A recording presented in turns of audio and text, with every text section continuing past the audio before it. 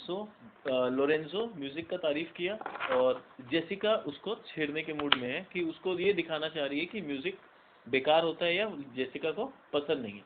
Let's see Jessica क्या बोलती है रिप्लाई में। जेसिका, आई एम नेवर मेरी when I hear sweet music.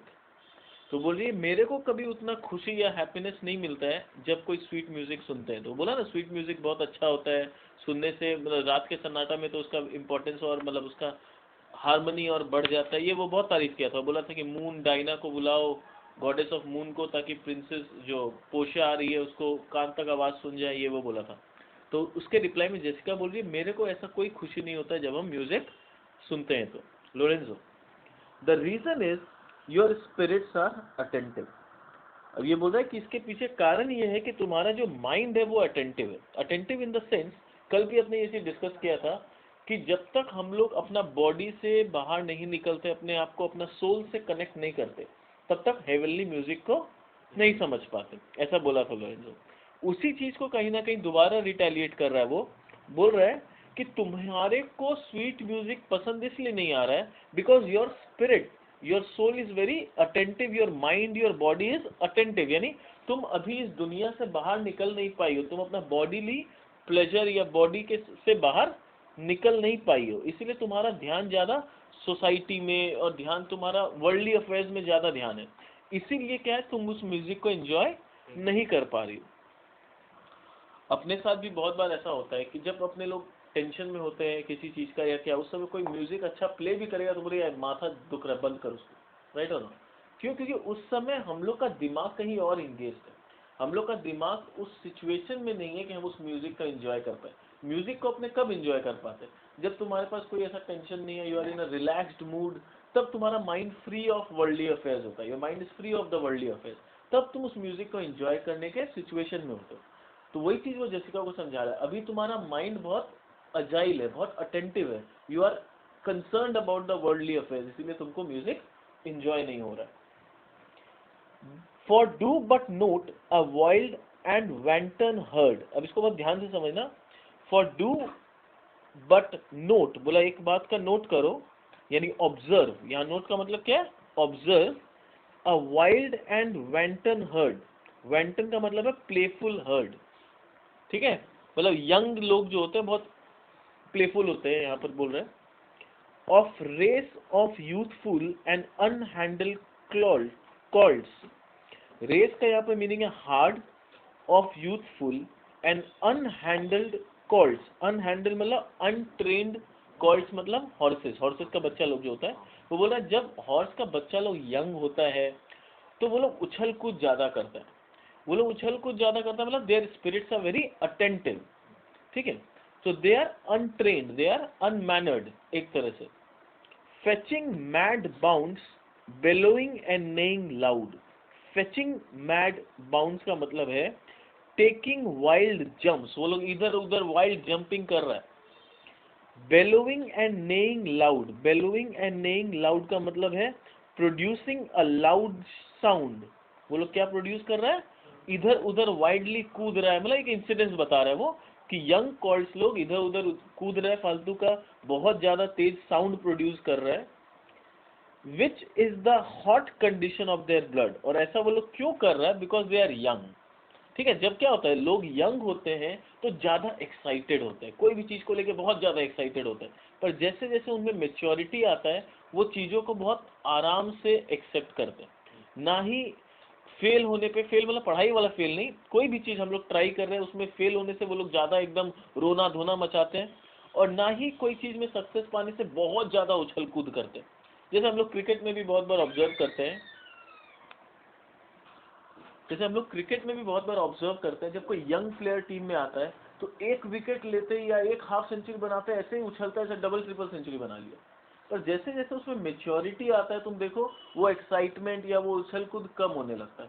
फिर एक विकेट ले लेता है तो उतना उछल कूद नहीं मचाता, या एक सेंचुरी मारने पर इतना उछल कूद नहीं मचाता है वो। क्यों? वो साइन होता है that you are getting matured.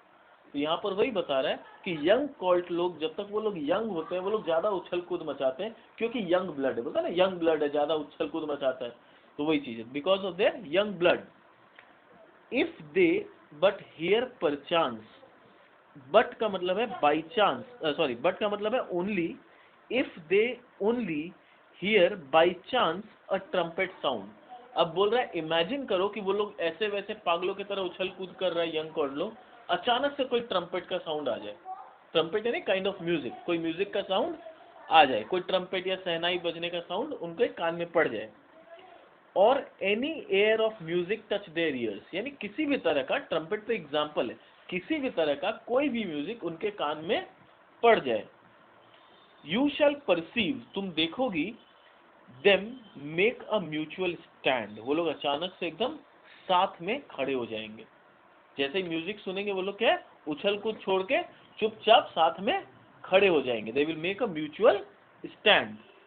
There savage, savage का मतलब होता है वाइल्ड एंड एंग्री, जो उस समय लोग उछल कूद कर रहा था, जोश में था, गर्मी में था एकदम, वो सैवेज और वाइल्ड आइज जो था अब अचानक से एकदम मॉडेस्ट गेज में चेंज हो जाएगा। मॉडेस्ट यानी एकदम शांत, और ऐसे जैसे झगड़ा या उछल कूद कर ही नहीं रहा था वो लोग। By the sweet music, by the sweet power of music, और वो बोल रहा है ऐसा क्यों हुआ, क्योंकि ये म्यूजिक का पावर था कि उनके अंदर में जो हॉट ब्लड था या एक्साइटमेंट या एंग्री पावर था उसको शांत कर दिया, और म्यूजिक उनको सॉफ्ट बना दिया। जैसे अपने साथ भी बहुत बार होता है, म्यूजिक के साथ तो नहीं होता है, स्कूल में किसी दोस्त से झगड़ा कर रहे हैं, चिल्ला चिल्ली कर रहे हैं, प्रिंसिपल आगे हाय सर, हम लोग तो ऐसे दोस्ती, ठीक है, क्यों, जितना वाइल्ड एंगर गुस्सा था सब प्रिंसिपल को देखते एक बार के लिए शांत हो गया, जैसे प्रिंसिपल पूछ गया बाहर निकलना देखेंगे, ठीक है, तो क्या हुआ, वो वाइल्ड, वो एंगर या जो भी एक्साइटमेंट था उस समय, जो भी फीलिंग्स था, वो एक बार के लिए शांत हो गया। पर यहाँ पर वही सेम एग्जांपल ये म्यूजिक के लिए दिया कि वो लोग यंग कॉल्ट लोग उछल कूद रहा था एकदम वाइल्ड एंग्री वे में, जैसे ही वो लोग म्यूजिक को सुना वो लोग शांत हो गया, और ये म्यूजिक का प्रभाव है कि उनको एक बार के लिए मॉडेस्ट और नॉर्मल कर दिया। Therefore the poet, बोल रहा है इसीलिए, पोएट यानी पोएट वॉइड को बोल रहा है, did Finn and Oriphus drew trees, stones and flood। अब ये यहाँ पर कहीं ना कहीं he is talking about the power of music. जैसे हम लोग का हिस्ट्री भी तानसेन का बहुत सारा पावर के में पढ़े हम लोग, कि तानसेन जब गाना गाता था तो बारिश होने लगता था, तानसेन जब गाना गाता था तो दिया जल उठता था, ये सब एग्जाम्पल्स है। तो ऐसा बोला जाता है कि रियली म्यूजिक में इतना ताकत होता है, ठीक है। आज के हम लोग म्यूजिशियन लोग उस लेवल पे नहीं है जितना वो लोग थे किसी जमाने में। आज हम लोग के पास वो कैली या वो साधना नहीं है म्यूजिक में, आजकल खाली हम लोग कमर्शियल म्यूजिक जानते हैं, ठीक है। पर उस जमाने में जो साधना वो लोग करता था और जितना म्यूजिकल टैलेंट उनमें था, ऐसा रियली में संभव होता था। तो वही चीज देखो शेक्सपियर भी बोल रहा है कि ऐसा माना जाता है कि ऑरिफस नाम का जो सिंगर है या पोएट है, मतलब उस समय तो पोएट ही सिंगिंग करता था, तो पोएट और सिंगर एक जैसा ही होता था। तो ये जो did feign that Orpheus drew trees and stones and floods, बोल रहा है कि जब ओरिफस गाना गाता था, that is why the poet Ovid imagined that Orpheus had the power to move trees, कि उनको उनका म्यूजिक में इतना ताकत था कि वो अपने म्यूजिक के जरिए पेड़ तक को मूव कर पाते थे। Stones and reverse by his music, वो लोग स्टोन्स को रिवर्स को अपना म्यूजिक से मूव कर देते थे। अब क्या बोला देखो, since naught so stockish hard and full of rage, since naught, naught का मीनिंग दिया हुआ नथिंग। देखो हर वर्ड का अपना एक स्पेशल मीनिंग है, शेक्सपियर का लैंग्वेज में और नॉर्मल लैंग्वेज में डिफरेंस है, तो अपने को ये सब मीनिंग पकड़ना होगा। सिंस नॉट, या नॉट का मतलब है नथिंग, सो स्कॉटिश, स्कॉटिश का मतलब दिया हुआ है लाइफलेस। ये सब लिख लो मीनिंग क्या होगा, जब तुम लोग एग्जाम के समय पढ़ेगा तो ये सब काम आएगा मीनिंग। स्कॉटिश यानी lifeless, and full of rage, full of rage यानी फुल ऑफ वाइल्डनेस। यहाँ रेज का मतलब क्या है, वाइल्डनेस दिया हुआ। बोला कि this is so because there is nothing in nature which is so hard to move and so strong and unyielding that music cannot change. ये बोल रहा है क्योंकि नेचर में ऐसा कुछ भी नहीं है जिसको म्यूजिक अपना प्रभाव नहीं क्रिएट कर सकता जिसपे, यानी जब पेड़ को हिला सकता है तो म्यूजिक किसी पे भी अपना प्रभाव, अपना इंस्पिरेशन डाल सकता है। This is what is trying to say. The man hath that had no music, देखो ये पार्ट, ये जो लोरेंजे का जो पूरा डायलॉग है वो डायलॉग दो भाग में डिवाइडेड है। फर्स्ट हाफ ये था जहाँ वो म्यूजिक का ताकत और एग्जाम्पल्स और ये सब बता रहा था, कॉल्ट का एग्जाम्पल दिया, फ्रॉइड का एग्जांपल से म्यूजिक का ताकत बताया कि ओरिफिस के बारे में लोगों का क्या कहना है, ठीक है। अब ये सेकंड हाफ में ये बता रहा है दूसरा कैरेक्टरिस्टिक्स, ठीक है। अब ये मत सोचना कि ये शेक्सपियर का अपना ओपिनियन है, इट इज जस्ट कि लोरेंजो थोड़ा जेसिका का मजाक उड़ा रहा है, ठीक है। It is not the Shakespeare's opinion, ये लोरेंजो जेसिका का थोड़ा सा मजाक उड़ा रहा है कि कैसे लोगों को म्यूजिक पसंद नहीं है, ठीक है। वो जेसिका बोली ना मुझे पसंद नहीं है, तो एक तरह से उसका मजाक उड़ा रहा है, बोल रहा है कि कैसे कैसे लोग होते हैं जिनको म्यूजिक पसंद नहीं होता। लेट्स सी क्या बोल रहा है। The man that had no music in himself, यानी जिस इंसान को म्यूजिक का प्रभाव नहीं पड़ता है, जो म्यूजिक की तरफ अट्रैक्ट नहीं होता, nor is not moved with the concord of sweet sound, moved यानी मूव्ड विद कॉन्कॉर्ड यानी हार्मनी। जब स्वीट, या तो होता है कि मेरे को म्यूजिक पसंद नहीं है, वो अलग चीज होता है, और एक होता है कि ठीक है मुझे पसंद नहीं पर म्यूजिक चल रहा है तो उस पर मेरा प्रभाव पड़ रहा है म्यूजिक का, मेरे को भले पसंद हो या नहीं हो, बट म्यूजिक चलता है तो मेरे में चेंजेस आते हैं। तो वही बोल रहा है कि जो इंसान पे म्यूजिक का प्रभाव नहीं पड़ता है और जिनको म्यूजिक पसंद नहीं है, इज फिट फॉर ट्रीजन, ऐसे लोग क्या होते हैं, ऐसे लोग चीट होते हैं, they are fit for heinous crimes, they are criminals. Stratagems, stratagems का मतलब है प्लॉट्स एंड कॉन्स्पिरेटर्स, वो लोग कॉन्स्पिरेसीज रचने में माहिर होते हैं। एंड स्पॉइल्स, स्पॉइल्स का मीनिंग है एक्ट ऑफ लूटिंग, वो लोग लुटेरे लोग होते हैं। The motions of his spirit are dull as night, motions का मतलब the impulses of his mind are dull, dull मतलब स्लीपी एंड ड्राउजी, ऐसे लोगों का जो माइंड का इम्पल्स होता है बहुत लेजी और ड्राउजी किस्म का होता है। And his affections dark as Erebus, affections का मीनिंग है उन लोग का फीलिंग्स जो होता है वो हेल के जितना डार्क होता है। एरेबस का मीनिंग होता है hell, it is as dark as a hell. मतलब इन शॉर्ट जेसिका को बोल रहा है कि तुम कॉन्स्पिरेसी रचने में माहिर हो, तुम क्राइम करने के लिए जन्म हुआ है तुम्हारा, तुम स्पॉइल कर सकती हो सब चीज को, तुम्हारा इम्पल्स, तुम्हारा फीलिंग्स, ये सब as dark as a hell है। अब ये मत सोचना कि शेक्सपियर ये अपना बोला है कि ऐसे ही होता है, नहीं, ये खाली थोड़ा जेसिका का मजाक उड़ाया वो।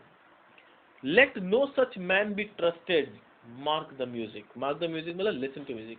फिर बाद में बोला इसीलिए ऐसे लोगों पे कभी विश्वास नहीं करते, यानी जिन लोगों को म्यूजिक पसंद नहीं है ऐसे लोगों पे कभी विश्वास नहीं करते।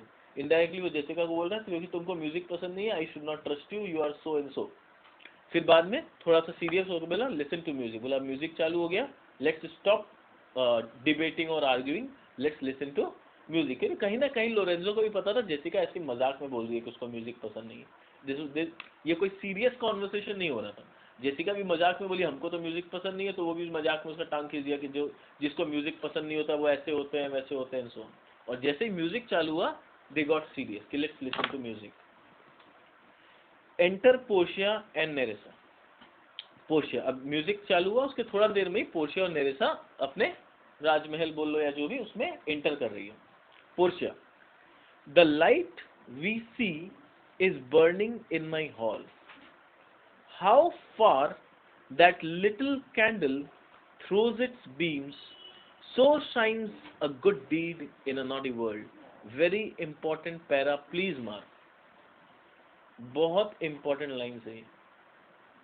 तो देखो क्या बोल रही है पोर्शिया कि ये जो लाइट नजर आ रहा है वो शायद मेरे ही रूम का या मेरे ही बिल्डिंग का हॉल से नजर आ रहा है, क्योंकि अंधेरा था, तो अंधेरा में क्या होता है दूर भी कहीं रोशनी चमक रहा होता है तो नजर आ जाता है यार उसके बिल्डिंग का लाइट जला हुआ, ऐसे दिन में समझ में नहीं आता किसके बिल्डिंग का लाइट जला हुआ, ठीक है।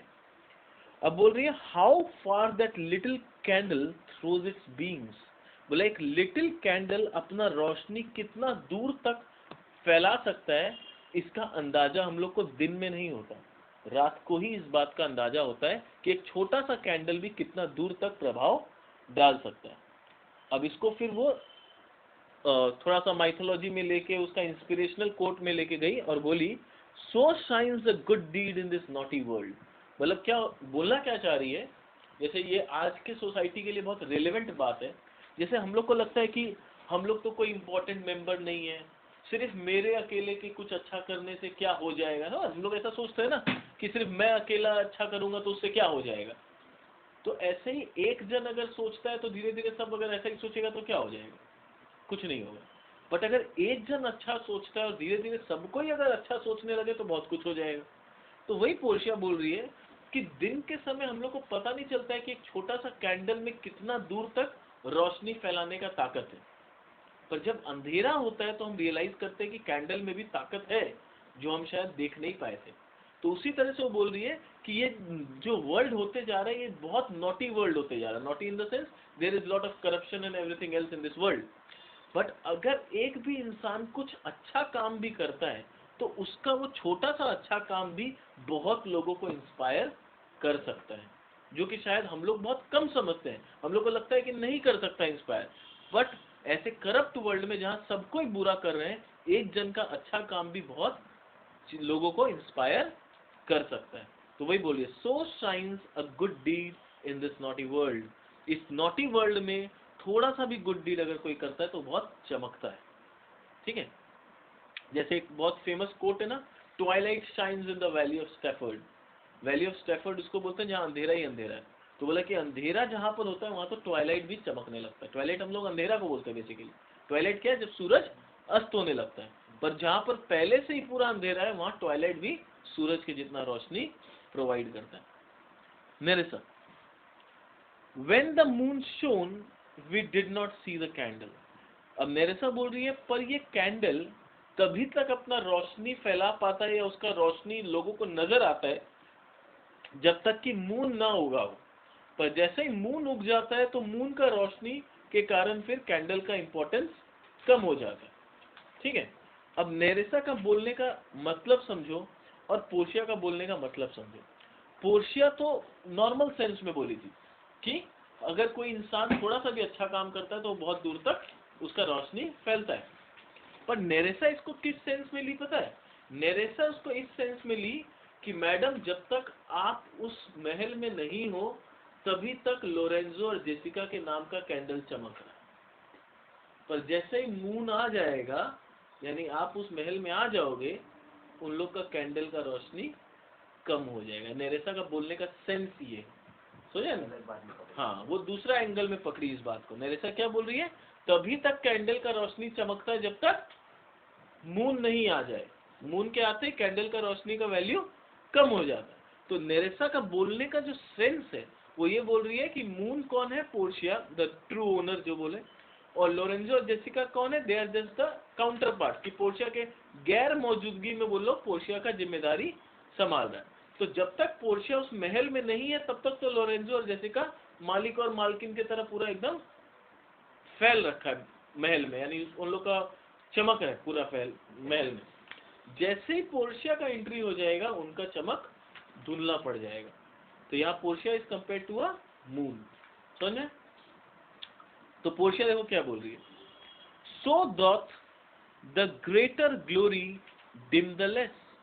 बोली कि इसी तरह से इन द सेम वे अ मोर और splendid action dims the splendour of less glorious action. अब यहाँ पर पोर्शिया अपना ही टॉपिक में बात कर रही है। पोर्शिया लोरेंजो जेसिका का टॉपिक वाइज से बात नहीं कर रही है। बोल रही है कि तुम्हारा कहना एकदम सही है कि मून के आते ही कैंडल का रोशनी कम हो जाता है। एग्जैक्टली उसी तरह से जब कोई ज्यादा अच्छा काम करता है तो कम अच्छा काम करने वाला लोग का वैल्यू थोड़ा सा कम हो जाता है। यानी तुम एक अच्छा काम किया, तुमसे अच्छा कोई और काम कर दिया तो ऑब्वियसली उसको नाम हो जाएगा, उसका नेम फेम होगा, तुम्हारा नेम थोड़ा सा कम हो जाएगा। So doth the greater glory dim the less, a substitute shines। अब देखो पोर्शिया अब नेरेसा के बात में आई है। a substitute मतलब जो मेरे डेप्यूटी है, a substitute shines brightly as a king। बोला जब तक किंग नहीं होता है तब तक किंग का सब्स्टिट्यूट भी किंग के जितना चमकता है। until a king be by, पर तभी तक चमकता है जब तक किंग नहीं आ जाता। and then his state मतलब pomp and dignity empties itself, यानी disappears। और जैसे ही किंग का एंट्री होता है उसका सारा पावर, डिग्निटी, चमक धुंधला पड़ जाता है। ठीक है, as doth an inland brook। inland brook का मतलब स्मॉल स्ट्रीम, छोटा सा स्ट्रीम जो है, into the main waters। बोला क्या होता है? नदी का धारा तभी तक पावरफुल लगता है जब तक वो समुंदर में मिल नहीं जाता, पर जैसे ही वो समुंदर के पास आता है समझ जाता है who is the real boss. ठीक है, जब तक समुंदर के पास नहीं आता तब तक उसको लगता है हम ही बॉस है, पर जैसे ही वो समुंदर में आके मिलता है समझ जाता है कि कौन असली पावरफुल पर्सन है। तो उसी तरह से जो सब्स्टिट्यूट होते हैं या डेप्यूटी होते हैं वो तभी तक चमकते हैं जब तक कि किंग एब्सेंट है। किंग के आते ही उन लोग का पावर कम हो जाता है, धुंधला पड़ जाता है। समझ में clear? Nerissa, it is your music madam of the house. अब वो बोल रही है नेरेसा, मैम ये तो आप ही के घर से ये म्यूजिक का आवाज आ रहा है। Portia, nothing is good I see without respect, methinks it sounds much sweeter than by day. अब पोर्शिया देखो क्या बोल रही है, बहुत अच्छा बात बोल रही है। ये सब क्या है, कोटेशंस है जो हम लोग ऐसे वैसे लिखने में यूज कर सकते हैं, बहुत सारा लाइन। पोर्शिया देखो कितना अच्छा बात बोल रही है। ऐसा बोलिए म्यूजिक आपके घर से ही आ रहा है, पर वो देखो कितना अच्छा बात बोल रही है। Nothing is good I see without respect. यहाँ विदाउट रेस्पेक्ट मतलब without reference to a circumstances. मतलब पोर्शिया का बोलने का मतलब है कि सब कुछ समय अनुसार ही अच्छा लगता है। I see that nothing is good without reference to circumstances. Me thinks it sound much sweeter than by day. I think the music sounds sweeter during night than ever does by daylight. पोशिया बोल रही है, हाँ मेरे को भी यही मानना है कि रात के समय जब सन्नाटा होता है तब म्यूजिक ज्यादा अच्छा लगता है सुनने में compared to the day time amidst the noise of all the vehicles and everything। तुम शोरगुल के बीच में म्यूजिक सुनेगा तो म्यूजिक कभी इंजॉय नहीं कर पाएगा। तो पोशिया वही बोली, समय के साथ सब कुछ कितना इलेवेट हो जाता है, मैनिफेस्ट हो जाता है। तुम वो काम सुबह कर रहे हो, सपोज अपने लोग पढ़ाई का ही ले लें, तुम अगर भीड़ भाड़ के बीच में सोच रहे हम कुछ बैठ के पढ़ लें या लर्न कर लें, तुम नहीं कर पाएगा। जो काम आधा घंटा में होना चाहिए उसमें 2 घंटा लगेगा। वही तुम अर्ली मॉर्निंग उठ के एकदम जब शांत रहता है उस समय पढ़ने बैठो, देखो सब चीज फटाफट होगा। क्यों? क्योंकि हर चीज को करने का एक सही समय होता है और समय के हिसाब से, सर्कमस्टेंसेस के हिसाब से वो चीज अच्छा लगता है।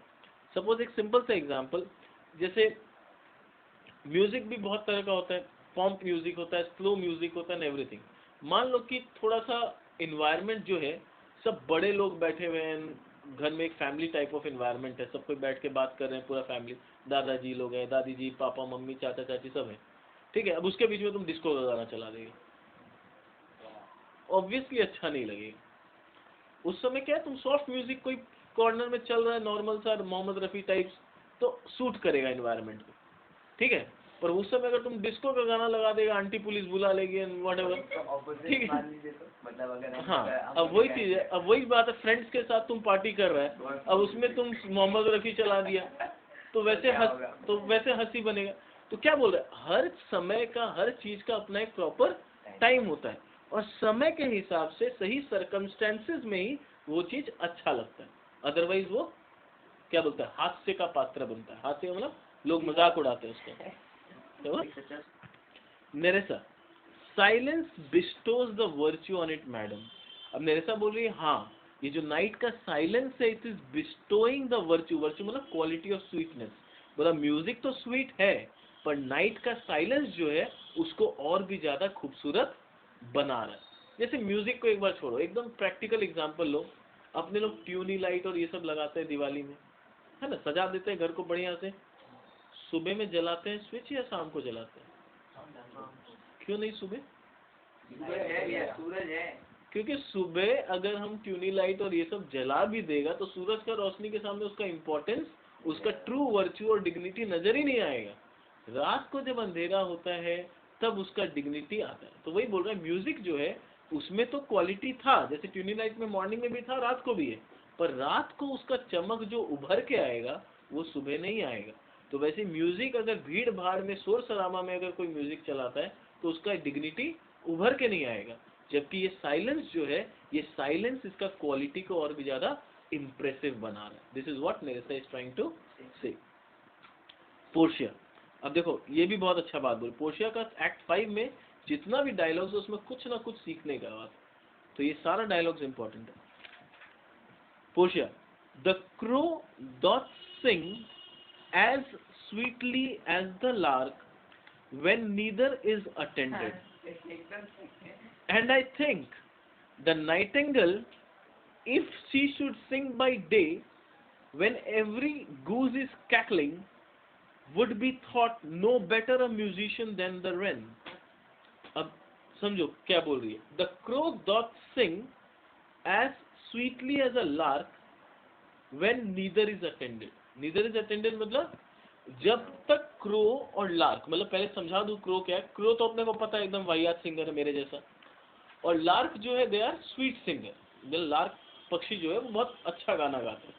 अब ये बोल रहा है कि जब तक दोनों को सुनने वाला कोई नहीं है, क्रो भी बोल सकता है हम तेरे से अच्छा गाता है. ठीक है, हु इज देयर टू जज? जज करने वाला कौन है?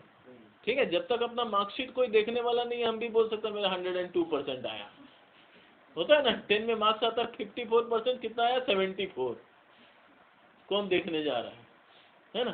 तो वही है, जब तक देयर इज नोबडी टू जज, तब तक क्रो भी बोल सकता है कि I sing as beautiful as a lark.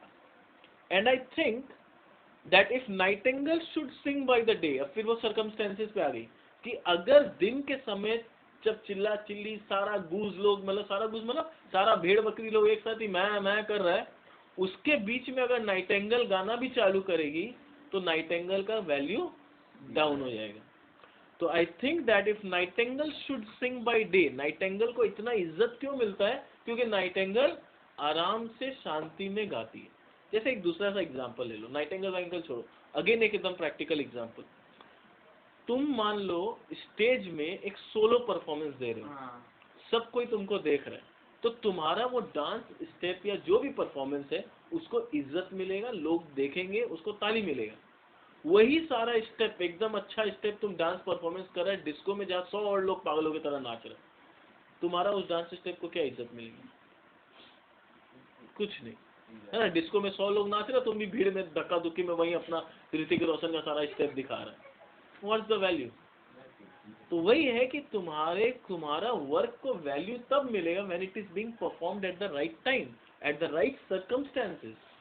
ठीक है, तो वही बोल रहा है कि भीड़ भाड़ में अगर नाइटिंगेल गाना गाती तो उसको कोई रिस्पेक्ट नहीं मिलता, पर क्योंकि नाइटिंगेल रात को जब सब शांत रहता है तब वो अपना कला का प्रदर्शन करती है, इसलिए उसको इतना रिस्पेक्ट मिलता है.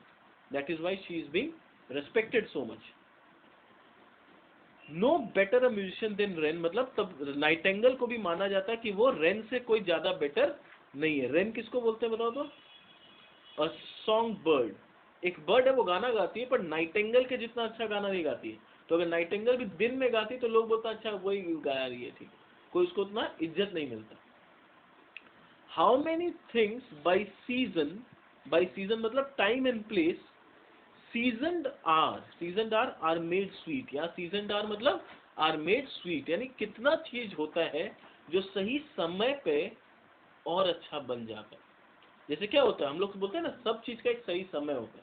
मान लो कि अपने बोलते हैं कि फलों का राजा आम है. क्यों? आम बहुत टेस्टी लगता है खाने में, पर तुम आम को पकने से पहले खाओ, वो टेस्ट नहीं आएगा. यानी हर चीज का पकने का अपना एक सही समय होता है. नेचर के हिसाब से सब अपने हिसाब से ब्यूटीफाई होते हैं. अगर नेचर से अगेंस्ट जाके हम कुछ करेंगे तो वो उसका ब्यूटी को छीन लेगा. तो यहाँ पर वही समझा रहा है कि सब चीज नेचर के हिसाब से धीरे धीरे परफेक्शन पे जाता है. हम लोग खींच के जबरदस्ती अगर किसी चीज को एक्सटेंड करने का कोशिश करेंगे तो क्या होगा, उसमें वो नेचुरलपन नहीं आएगा. जैसे बेस्ट एग्जांपल अगेन मैं एजुकेशन का ही देता हूँ. एजुकेशन में it is a sure fact कि सब बच्चा फर्स्ट नहीं आ सकता. Not everybody is made same. हर इंसान का या हर स्टूडेंट का अपना एक अलग कैचिंग पावर होता है, और उसका डेवलपमेंट का रेट अपना उसका जैसा नेचुरल एबिलिटी है उसके हिसाब से होता है. अब अगर किसी को हम जोर जबरदस्ती सोचेंगे कि खींच के उसको एकदम 40% से 90 पे पहुंचा दे तो क्या होगा, वो अपने अंदर का जो इनबिल्ट नेचुरल क्वालिटी है उससे भी हाथ धो बैठेगा. जैसे बंदर का छलांग लगाना इज एन इनबिल्ट टैलेंट, मछली का स्विम करना इज एन इनबिल्ट टैलेंट. अब हम मल्टीटास्किंग के दुनिया में हैं. बंदर को स्विमिंग सिखाएंगे, मछली को उछलना, और खींच खांच के जबरदस्ती सिखाएंगे. नहीं, तुमको उछलना सीखना ही होगा. बंदर को बोलेंगे तुमको तैरना सीखना ही होगा. उससे होगा क्या, वो अपना छलांग भूल जाएगा बेचारा, स्विमिंग तो सीख नहीं पाएगा. मछली अपना स्विमिंग भूल जाएगी, छलांग सीख नहीं पाएगी. यानी क्या हो गया, उसका नेचुरल एबिलिटी जो है उसको उसके हिसाब से अगर डेवलप होने दिया जाए एट द राइट पेस, इसका मतलब ये नहीं कि आलसी बन जाओ, इसका मतलब ये है कि grow and develop at your own pace. हर इंसान का अपना एक नेचुरल पेस होता है। हाँ, हम लोग थोड़ा हार्डवर्क करते हैं तो ये पेस स्पीड थोड़ा बढ़ जाता है। थोड़ा बढ़ जाना मतलब अपने आप को थोड़ा सा स्ट्रेस करना, अपने आप को नेक्स्ट लेवल पे लेके जाना। इसका मतलब ये नहीं कि हम कि एकदम आलसी बन जाओ, हाँ I will development my natural pace, इसको नहीं बोलते हैं। कि आराम से हम बैठ जाते हैं, दिन में कोई काम धाम कुछ करेंगे नहीं, भैया बोले थे नेचुरल पेस होगा अपने आप नेचुरल पेस। इसको नेचुरल पेस मतलब you do your work and you give your best but you can not modify your results. तुम अपना बेस्ट दो जितना दे सकते हो, don't try to pressurise yourself with too much of load. जितना तुम अपना एफर्ट दे सकते हो उतना दो and let the development come naturally. तब क्या होगा, यू विल डेवलप नेचुरली। तो वही चीज यहाँ पर समझाने की कोशिश करें, हर चीज सीजन के हिसाब से उसमें स्वीटनेस आता है, उसमें अपना ग्लोरी आता है and they reach to their true perfection, और वो अपने ट्रू परफेक्शन तक पहुंच पाता है समय के साथ।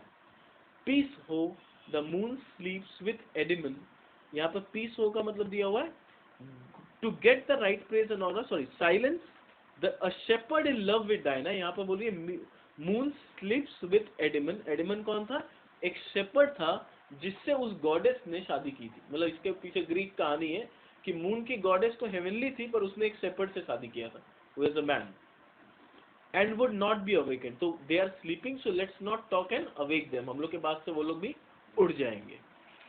तो इतना वो लोग का पोर्शिया और नेरेसा का चर्चा हो गया। Now come back to the hall. Lorenzo, that is the voice or I am much deceived of Portia. बोला कि if I am not mistaken, शायद ये आवाज पोर्शिया का। कई लोग बात कर रहे थे पोर्शिया का आवाज आया होगा, तो लोरेंजो बोल रहा है if I am not wrong, अगर मैं गलत नहीं हूं तो ये आवाज पोर्शिया का है। Portia, he knows me as the blind man knows the cuckoo by the bad voice. बोला कि लोरेंजो मेरा आवाज को उतना अच्छा से पहचानता है जितना कि एक अंधा आदमी कुकू को उसके आवाज से पहचानता है। कुकू यानी कोयल, बाय द बैड वॉइस। और बोली क्या, by the bad voice. Cuckoo का बैड वॉइस नहीं होता है, गुड वॉइस होता है, पर अपना तारीफ तो कैसे करे, इसलिए बोली by a bad voice. Lorenzo, dear lady welcome home. Portia, we have been praying for our husbands health with speed, we hope the better for our words are they return. अब देखो एक्टिंग देखो, हम लोग अपने husband के अच्छे स्वास्थ्य के लिए प्रार्थना कर रहे थे, और क्या वो लोग घर आ गए हैं बताओ, यानी जैसे लोगों को कुछ पता ही नहीं है। ठीक है। Lorenzo, madam they are not yet, वो लोग अभी तक तो नहीं आए हैं, but there is come a messenger before, पर उनके तरफ से एक मैसेंजर ने आके सूचना दी है। Was the messenger Stephano. ठीक है, but there is come a messenger before to signify their coming, messenger ने आके सूचना दी है कि वो लोग भी आ रहे हैं। Portia, go in Nerissa, give order to my servants, they take no note to all of our being absent hence, nor you Lorenzo, Jessica, nor you। अब पोर्शिया क्या बोल रही है, go inside Nerissa, give instructions to all my servants that they should not in any way show that we have been absent from here। जाके मेरे सारे servants को ये ऑर्डर दो कि बेसानियो और ग्रेशियानो को इस बात का भनक तक नहीं पड़ना चाहिए कि उन लोग के एब्सेंट में हम लोग यहाँ से गायब थे।